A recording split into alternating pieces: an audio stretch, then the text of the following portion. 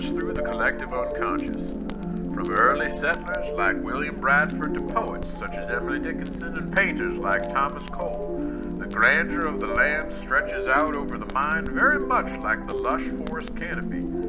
Why, not even the Great War could spoil the natural splendor of the Commonwealth. The land stretches out in front of you, longing to reveal its many wonders.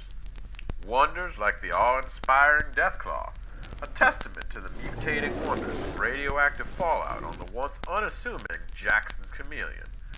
But before you set out with your best friend to look for these elusive titans, you're going to want to be well supplied for your expedition. In spite of her magnificence, nature can be a bit inhospitable to the unprepared. You need to select an outfit that's warm, comfortable, practical. There, perfect ensemble for a walk in the woods. Best to err on the side of caution when trampling through the unknown. Just remember Goldilocks when looking to protect yourself. It needs to be just right. Of course, sometimes accidents happen, so do remember to bring some basic first aid supplies. Finally, it's important to stay well hydrated.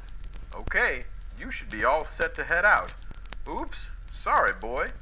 We almost forgot to bring you along. While on your trek, you need to be able to quickly transition from casual sightseer to stealthy sportsman.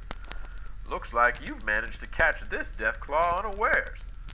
Look at those stately horns. And oh, what luck! It's guarding a nest. No doubt this Deathclaw is a mother watching over its precious, precious egg. Note the impressive size of the creature.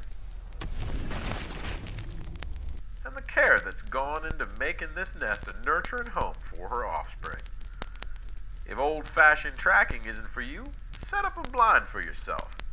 It'll keep you safe, give you great views, and allow your quarry to leisurely come to you while you maintain the high ground. Ah, feel that crisp, irradiated air. If your journeys take you to locales such as this, you'll want to make sure you've come prepared with an appropriate change of clothes. When approaching Deathclaws, be careful. They have a sneaky defense mechanism that allows them to detach their tails if they'd rather not be bothered. You'll likely want to remember your adventure with a souvenir or two. Just remember to only take what's useful, leave the rest behind. And no one knows how to make the most out of a Deathclaw like Wellingham, that esteemed chef at the Colonial Tap House in Diamond City.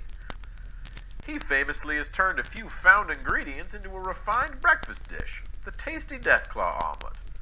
Since you were fortunate enough to find a Deathclaw egg in that nest earlier, you can instead turn your attention to foraging for 2 mutfruits like these, as well as 2 carrots. Then just add in a blood pack and some purified water from your supplies and you'll have all the basics needed. You can cook this on your camp stove, of course, but you'll have better luck bringing your own ingredients back, changing into something more comfortable, and working out of your own kitchen. Here are the ingredients we'll need to really make something out of this omelet. Notice we've already scrambled the Deathclaw egg and shredded the carrots. Then just measure out about 1 cup of blood, and substitute a small wheel of brie for that purified water. First, you'll need something sharp to slice the cheese.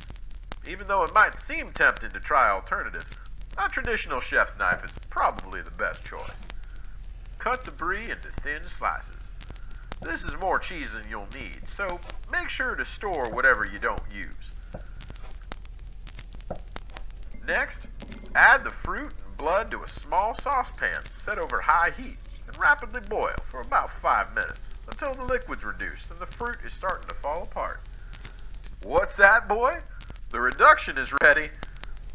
Blend the mixture in an electric blender or by hand and strain out any of the seeds. And then set aside. Spray a large skillet with a little non-stick cooking spray and add the carrots. Saute over medium heat for a few minutes, stirring frequently until it's starting to brown. Let the carrots cool for a bit, and then add to the scrambled egg. Heat a large square griddle over medium heat for 5 minutes. Pour in some of that egg mixture, making sure to cover the entire surface. Now don't get angry, it's going to all be worth it. Add several slices of cheese. using more or less as you like.